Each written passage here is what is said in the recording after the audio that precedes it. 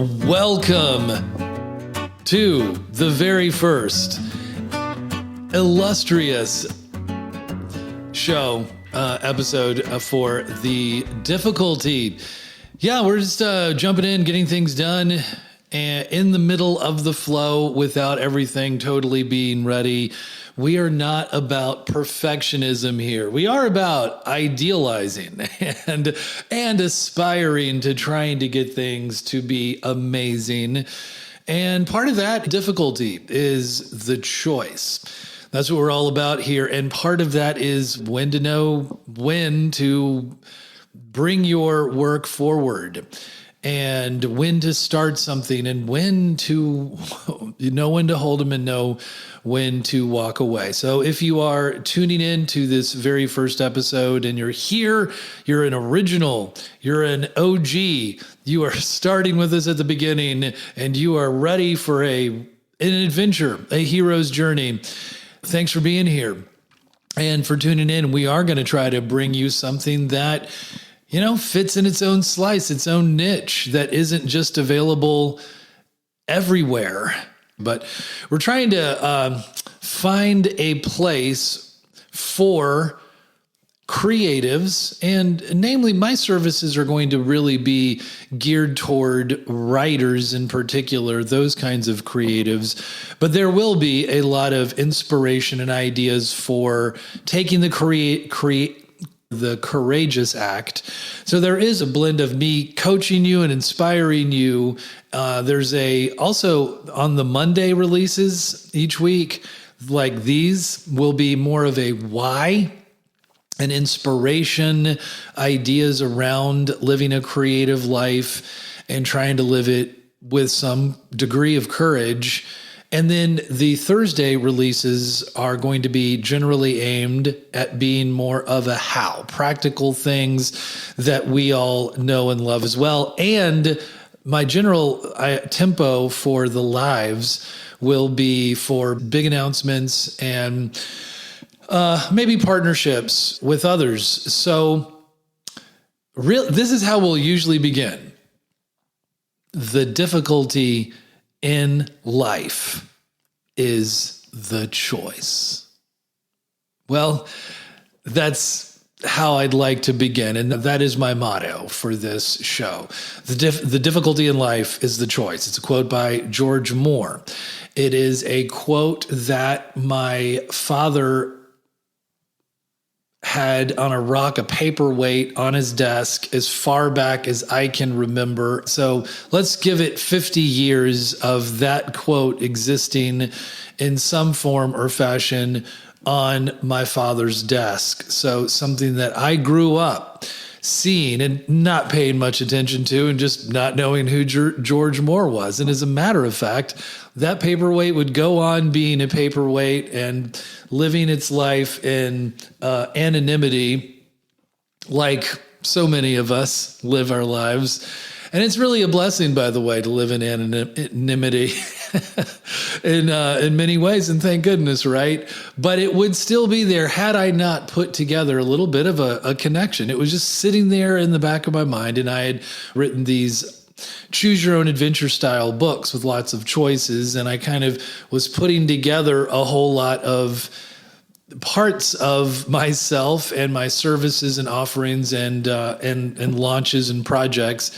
And I thought of that quote, and I thought of the difficulty in life is the choice. It turns out that it is a line from a play of George Moore's that came out in 1900. He was an Irish writer, and the particular poem is The Bending of the Bow, and maybe no one else has really used that quote for the past 125 years, other than making it a quote for a paperweight.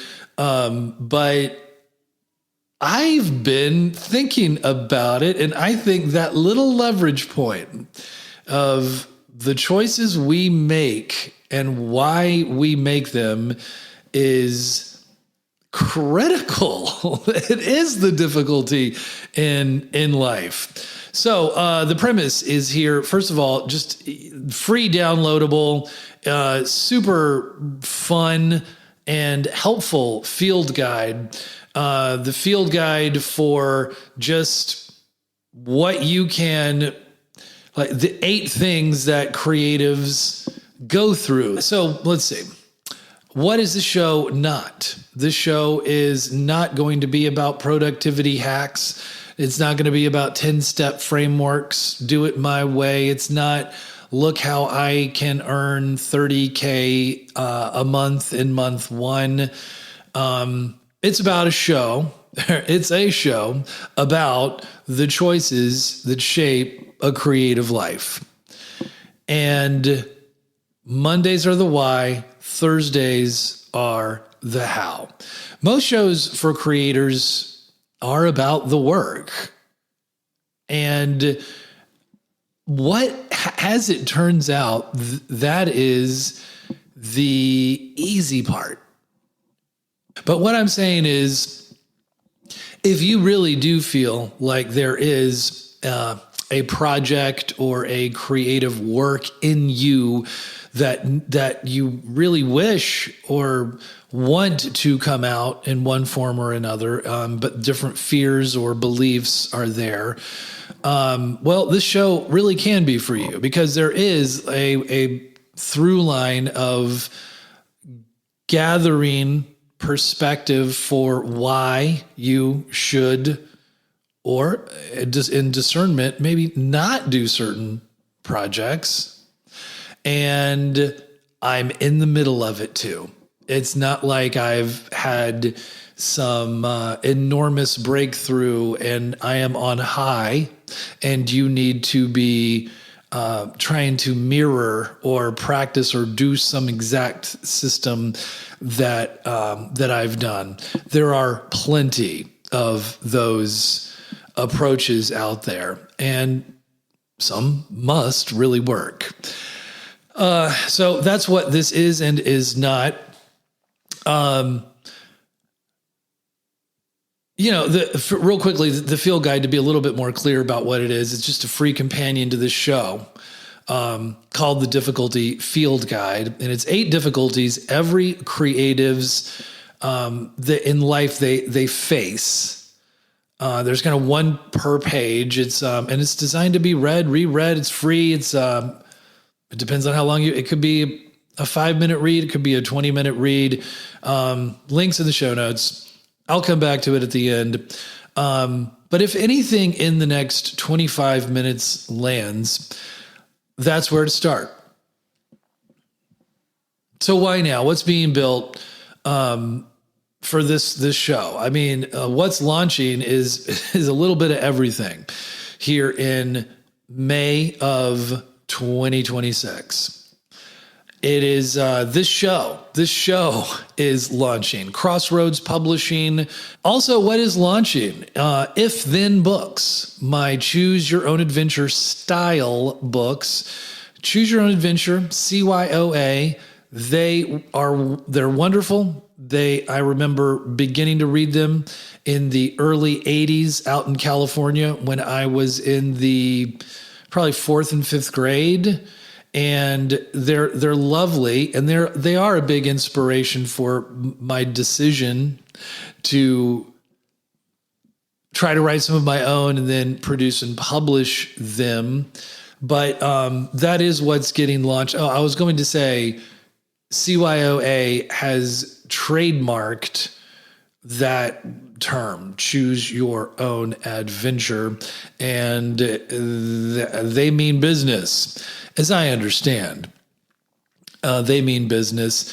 And I remember actually, a tiny bit of backstory is some of these If Then books, I wrote a few starting in 2015, 2016. I launched a company for a little while. I was trying to launch a whole company around this called Game Time Books. And there was so much I didn't know, and I do know a lot of those things now. And so it didn't work out. And I will not go into the reasons why at this stage. But the point is, I did produce 3 out into the world. And that's where I began to be familiar with, Choose Your Own Adventure has really hammered down on that. So I was thinking of different, there's so many different ways to think of the terms for choice-based fiction or books. Interactive fiction seems to be a one that a lot of people have adopted, and that makes sense, but it applies very broadly. Anything that is interactive. The long and short is, I've tried some different names out. Forking Path Books was in it, but it felt too literary. Anyway, in the end, they're called If Then Books, and it's a line of books for different age groups. The ones that are launching this May, a series of mystery detectives, the Iris Blackwood mystery detective line, that's really meant for middle schoolers. I think it'll land there the best, and it launches May 5th. I think pre-orders are available right now, right this very moment on Monday, May 4th. You could pre-order the Kindle version of Iris Blackwood and the Curse of Hemlock Island. Yes, that is the adventure that starts it all. And the print comes out a day later. You'll find it. And you know what? If you're hearing this and it's timely, of course, please go check out those books anyway. But if you are right here at the get-go, and I am telling, please, you would doubly support me by getting a book or two there on, say, Amazon. If on Amazon there's a little bit of a blitz of people purchasing some of these, then you know how those algorithms work. It'll help. And also what's launching is just Crossroads Press in general. So, okay, there's a lot going on, but it really is integrated and it makes a lot of sense. I am a service provider at crossroadspublishing.group, where I can help writers and those who have different kinds of works in process, but they don't know what to do with them. Well, I have a number of services. I don't write anything for you, but I can developmentally edit, line, copy edit, and get things to a place we can do cover design, and we do the layout and publishing. We will publish your book. You have all the royalties. It's all there. Lots of different choices and different ways for you to engage with those services at crossroadspublishing.group. So I am a writer myself. I am a provider of these services and the host of this podcast and that Substack, The Descent, and been working on this stuff for a while, but it is time to begin doing some of the fun stuff, letting people know about it, and doing this show. And this show is going to be a blast, and I think you will have fun engaging with I think eventually, for a while, it's going to be solo episodes, me kind of giving you some how and some what. But eventually, I would love to collaborate with other folks and to do so in interesting ways and not I don't know. I've done a lot of guests, and it's a balancing act. It's a lot more work, but how does it work for everyone? The audience, as well as the host and the guest. How can this be win-win-win? Well, I'm open to your feedback and ideas. I have a few of my own from past experiences.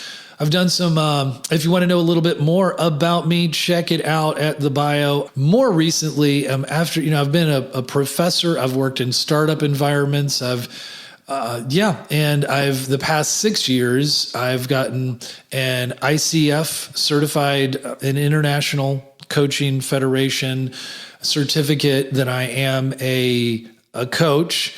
I also am an Enneagram expert and author. Expert that, in fact, I understand the personality system very well. And I have done, besides writing a book, I've done my own trainings and work and retreats that I've gone to and participated in. And I would say over the past several years with my wife working at bigselfschool.com, I haven't done the full tally, but it's probably over 100 trainings for workplace communication, often in mission-based organizations, bringing the Enneagram specifically to them to improve workplace communication. If you are a writer, the Crossroads Press side is built for you. If you've got middle grade readers in your life, If Then Books is built for them. And if you want the conversation about how all of this gets built without losing your mind, that's this show, right? And it's a process. And sometimes maybe you just want to tune in and check out a little bit of this and that. And I dive in, dive back out like a good anthology of some rich works. Well, we want to make the works rich enough for you to dive in and check out here and there. So bookmark crossroadspublishing.group. In the next two months, I bet you'll see a lot of changes. I bet you probably won't see me here all the time. And so part of the process here, I made the choice to publicly begin doing this work while everything's still very much getting built. The website is a work in progress, but it's up and it's workable, and you can book things there. And yeah, this is how I think you just get going. You just jump in and start taking some actions. And sometimes, I'm telling you, that's how it does begin to get real. Let me share a quick anecdote about how that happened a long time ago when I was about 30 and my late 20s, maybe 30. Brand new to graduate school at Georgia State in Atlanta. And we're working in, we're these grad students. We're low on the totem pole. There's all different kinds of hierarchies above us, besides just the obvious, full tenure track professors. And a few of my friends and I were like, well, we'd like to get experience working on a literary magazine. We'd like to see how this process works, seeing other people's submissions, being maybe a poetry editor or a fiction editor, and copy editing. And well, I remember having the experience of it was like kind of competitive with the other students to get into the GSU Review, which was the student publication, the Georgia State University Review. And then there was the prestigious 5 Points magazine that was pretty new, but it was going to be well endowed. And I remember David Bottoms was the main editor of it. And Megan Sexton, I think, was the managing editor at the time. And I don't know. There were limited. The long and short is we were given some opportunities to help copy edit or do a little bit of work here and there, but it wasn't much, and it was a little unpredictable, and it felt very political. Who might get an opportunity for mysterious reasons over maybe others, and so I was like, I want to learn how to do this on my own. And so let's start our own magazine. I see some amazing, brilliant magazines out there that, I was inspired by. I was like, what if we had incredibly cool cover art that just destroyed what if we didn't look like a little tiny, boring academic journal? What could we do that made it cool and better? And I will just speed the story way up to after all the different name variations and the different people that I might have been able to partner with. And the collaborations there's a lot of little, as I'm telling the story, there's a lot of little lessons that I did learn, like collaborating. And When are you collaborating and compromising, and when should you stick to a little bit more of a vision? But sticking with the main point of making it real, is we founded it. I founded it as a nonprofit. There was the Georgia Volunteer Lawyers Association, which would do in those days. They would, for free, they would help you figure out how to become a 501c3. So I did that then. And besides just making it, the name of the magazine actually was an organization. That's how it was a 501c3. And it was Terminus Magazine, a literary arts organization. That was kind of the dream. And I just remember I wasn't good at layout or design, but we did the whole thing where we announced ourselves and we got some slightly bigger names to help headline the inaugural edition, and we had okay art. But it was sort of like weeks would go by, months would go by of, hey, we said we were going to release it, I forget, like in the spring of 2000, and it hasn't happened. And there was a whole lot of but this needs to happen first, and this needs to forget all the details, but some layout stuff, maybe a cooler design. How is the logo? And finally, we were, a few of us, because there were several kind of trying to play little roles in this. We're like, you know what? Let's just make it real. Let's put it out, and it's not perfect manifestation. It's the first issue, and then we'll build. And I just have to say that was a great decision. That's what I'm getting at. Is it looked okay. It was pretty good cover art. It was one of those where the spread went off the bleeds, which you weren't seeing a lot of then. Everything just looked real buttoned up, neat and tidy, kind of boring, academic, conservative looking. And we had this very colorful and off the bleed kind of spread that wrapped all the way around. And we had a pretty cool, and that the way Terminus was trademarked and remained, and it looked pretty cool. But making it real and making it good enough and putting it out there was lots of different things happened, right? Like different distribution groups kind of reached out, and you had something in hand when you would go to conferences, and it was real. You made something real from conversations that did not exist before. And nobody really cared about the exact, all the little things that we cared about in our idealizations and wanting to get it just perfect and just right. And that is the spirit, that tiny little anecdote that just organically emerged from me sharing how I'm in process even right now with a lot of what I'm doing, but wanting to share it with you. And I really want this show to bring in all the learning I've done from other shows, some successful and some not. Even though I tested a lot of different things through those experiences, I was always learning. But I'd like to bring all that in and really keep my eye on the prize of, am I delivering something that is of value to you?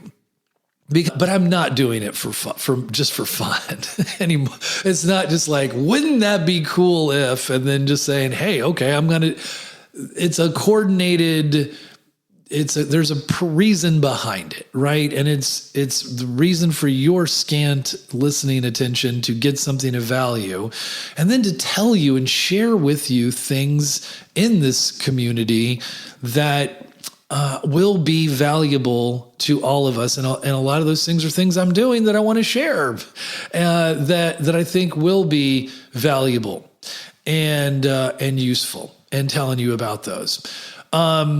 So who is this for? It's for you. It's for a writer. You've been doing it for a few years, and maybe you felt like more success should have happened by now. You're an indie author who keeps publishing in silence, or you're a creator who just can't tell the signal from the noise anymore. Maybe you're tired of that just be authentic advice from people who have 100,000 follower accounts, and maybe it's not happening. Basically the show's for anyone facing the work, whether, the work is worth doing when nobody asked, and maybe more importantly, it just doesn't feel like anybody cares or anybody is paying attention. So if you've ever stared at your desk and wondered if you're the only one who finds this really hard, let me assure you, you're in the majority. You're not alone. That's what I'm saying. I founded C&R Press in 2006. And that was a way when it didn't seem like being an academic professor teaching English composition was really trying to win awards with my writing was a way that was going to get me the kind of gig that I thought I was signing up for when I was getting a PhD in the first place. And so I started a different 501c3 in Tennessee when we were living up in Chattanooga. And I founded C&R Press in late 2006. So it being almost 20 years ago. And it was like learning a lot of lessons, and a lot of them the hard way. And I guess I was fortunate to sell it in 2015. Fortunate to not just have sunk it, to be able to kind of look back and see that some others, and maybe it's changed hands more than once, but that it's still alive. And I worked really hard with my co-founder, Ryan G. Van Cleve, and many others who volunteered and gave a lot of time and dedication for very little money. For all of them, I'm grateful. I'm grateful it's still alive. And at first I kind of regretted selling it because I didn't like the direction it was going or how, and then I'm like, I'm totally over it, but it's kind of neat to see that it still exists. So I have been a part of putting together between that experience and then producing some through Game Time Books and some of my own books, certainly over 50 books I have put out into the world in different manifestations. Now I'm not a marketer, and that's part of there's a lot of different elements to getting a book out there into the world. And on the one end of the continuum, I'm not a ghostwriter. I don't help you write your book. Now I can definitely help strategize and see what needs to be done but I'm not going to write the book. And on the other end, we're just not world-class marketer and promoters. And you might want to hire someone for that or figure out your own strategies. I'm going to be testing those things out in real time on this show. I've learned a few things over the past few months that currently that world-class marketers are doing and what different people recommend. And there's different resources and different angles to take things. So enough though about introducing myself and the show. Actually what you get from showing up week after week on the Mondays, on the Thursdays, hopefully it's going to be cumulative. You're going to have these ideas in your head and you'll be stirring around for what, your real toolkit of choices that will shape a creative life in the midst of whatever you're doing, however you're holding down your fort or not holding down your fort. What can work? And there's a lot of decisions. I'll just tell you one recent experience of a few things that I started jumping into, saying yes to, trying to do some things the right way or get a little attention out of the box. And I was ready to commit some dollars to some things. And then I ended up saying, know for right now. And I think that's where you might have to be in some ways too. How did I get there? Let's see. So I'll tell you, a guy who I've known about for about these 10 years, since I started Game Time Books on the heels of selling C&R Press, I became aware of this guy who's calling himself the Kindlepreneur, Dave Chesson.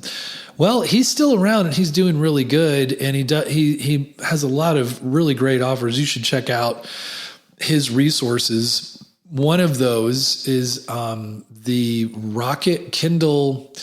I forget the exact name of it, but it's the rocket launcher, and it's a little piece of software that he's developed that can help you in working with Amazon to really know in real time what the best-selling categories are, and some of all that metadata that might go into making good decisions on what categories to put your book into and what tags to use. So anyway, he was collaborating with another indie book. This guy happens to be I would give him the world-class marketer. His name, Paul G. Brody, with Brody Consulting. I think he too started his company in 2015. He has his own story about it. And I would say that, there's something to the service that he offers. And it's usually $5,000 to enter into their system, a system that his team uses to create a bestseller campaign for your book. And there is a strategy that he's very transparent about, and that his webinars and discussions kind of show you a general lay of the land. And I think a cool way that he does this is the webinar is, hey, if you want to do all of this on your own, here's how. And it's overwhelming, right? Or you could pay us $5,000 to launch your book in a very specific time. And we guarantee, so it's pretty compelling, we guarantee that we will help your book hit bestseller status in at least one of the categories that they put it into at some point in time. And it was being discounted from instead of the normal $5. If you were listening to the webinar, you would be able to do it for $4,000. So the standard marketing tactic of a limited time offer to act now. And even within that, once I had booked a call within the time scope, I still was again faced with needing to a little bit of the scarcity tactic, which I know is standard operating procedure of I needed to make a decision before the end of the week because there were 3 slots available at certain times in June. And as soon as I finalized my purchase, then I'd be in. And I was weighing that, and at the same time, I had booked a discovery call through. I was listening to a podcast from an indie author who's a well-known guy. He's been doing this, I think, 12 years. His name is Brian Cohen, and he is not only an indie author, but he's got a Best Page Forward, I think is the name of his agency, consulting group. And they have an interesting organization and offer. I was kind of confused because when I went there to get it was like a 14-day Facebook ad challenge. that I wasn't having time to read and consume. But when I committed to that, there was one upsell after another upsell. And by the time I said, sure, I'll book a 15-minute discovery call, I didn't really remember what the exact discovery call I was booking for. Well, it turns out that it was the big thing that is being offered and sold there is a program called the Groundbreakers. And so you get into a community, it's rolling, it's a rolling submission period. And you can, depending on your genre and when you enter in, you can be into a group of as much as 30 folks. And so you get group coaching in that community. You get assigned a coach for a 6-month engagement, and same with the community. It's 6 months, and it's for $2,000. So you get some community. You learn from each other, and you get a coach in your genre or field. I did inquire and push. I asked about guaranteed outcomes, and it's fair enough that there weren't any. And I said, I've got a lot of different kinds of books and different genres. I don't know if one would fit with a certain given coach more. Do we get to choose our coach? Well, you don't really get to choose your coach. But I did think, 6 months and getting some community right away, and only $2,000. I thought for a minute, it made me reevaluate just how important the allocation of resources would be to pay for a marketing service for one of my titles to achieve one category, at least, of a bestseller. And then I evaluated that idea, and I was like, there's a lot of communities you can join, right? And that we probably should celebrate. And I'd like to hear from you, ones that might be working for you. There's a lot of communities I could join right now. And it's not that I think I need a coach in a genre, or maybe I will, maybe I will. But this was, I almost said yes because I wanted to feel like I was doing the right things. I wanted to believe in the guarantee. So I didn't have to sit in the uncomfortable space of just not knowing. Maybe this whole idea of the difficulty isn't even in the choices once they're made, and the outcome. The biggest difficulty is the in-betweenness. It is the not knowing, and not knowing what the right decision is the real difficulty. And so that's why this show is about the choice.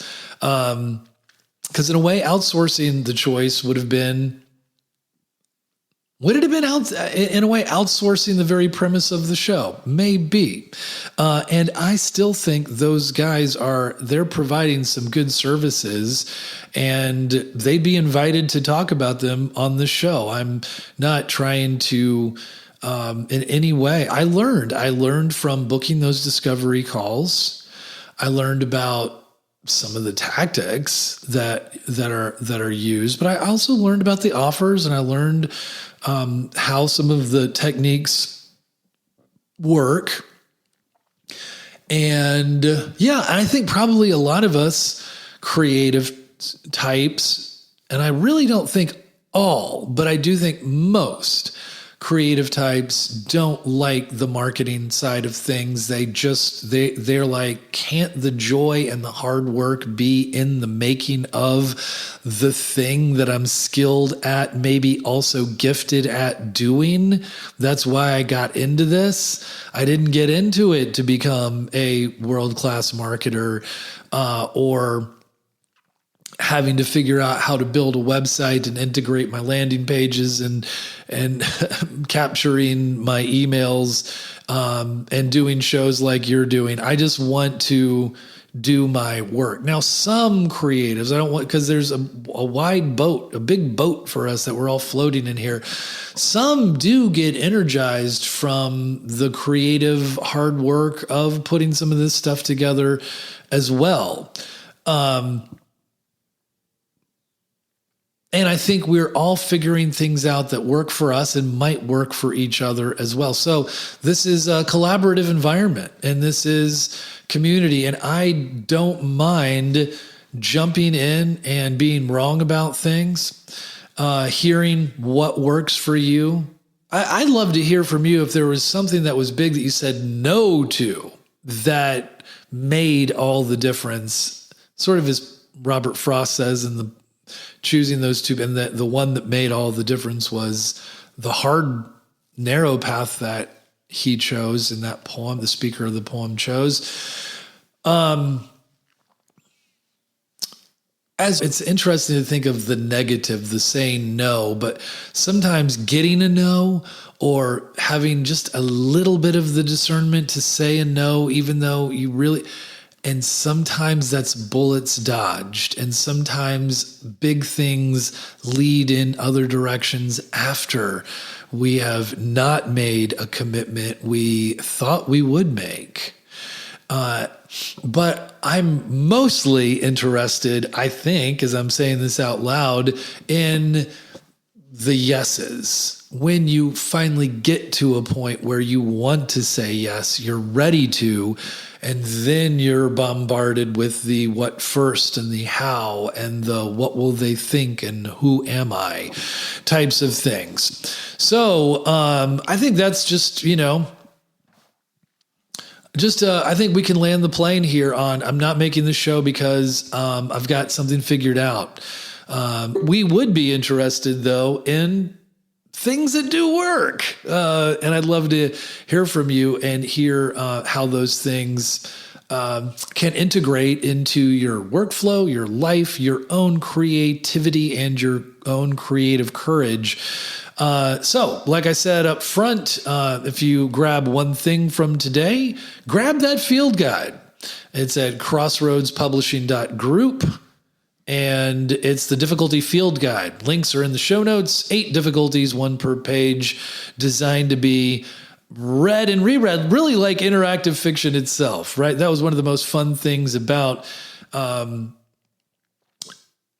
writing interactive fiction. I think that when I decided 12 years ago to try a few of these, I thought, well, this is going to be a bestseller. And over time, I'm like, what was I thinking? That's pretty niche.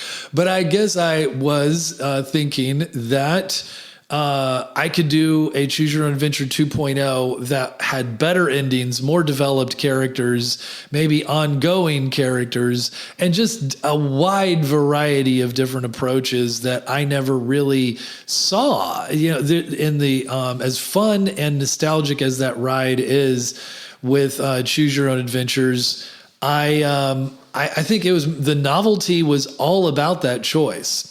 But a lot of those endings were really random, and it had nothing. It didn't really matter if you were supposedly making a good choice one way or another. So just remember that the difficulty in life is the choice. And I would love to see you in the next episode where we get into a little bit of the how. Maybe it is special. And if it is, how does it feel when the rest of the world doesn't celebrate it and you put it out there? Let's talk about that. Let's talk about how you still should put it out there. And let's talk about, of course, how can we have a little bit more of a receptive audience to the work, the amazingness that we're putting out there. Okay, I'll see you in the next episode. Thanks for tuning in to this one. Bye.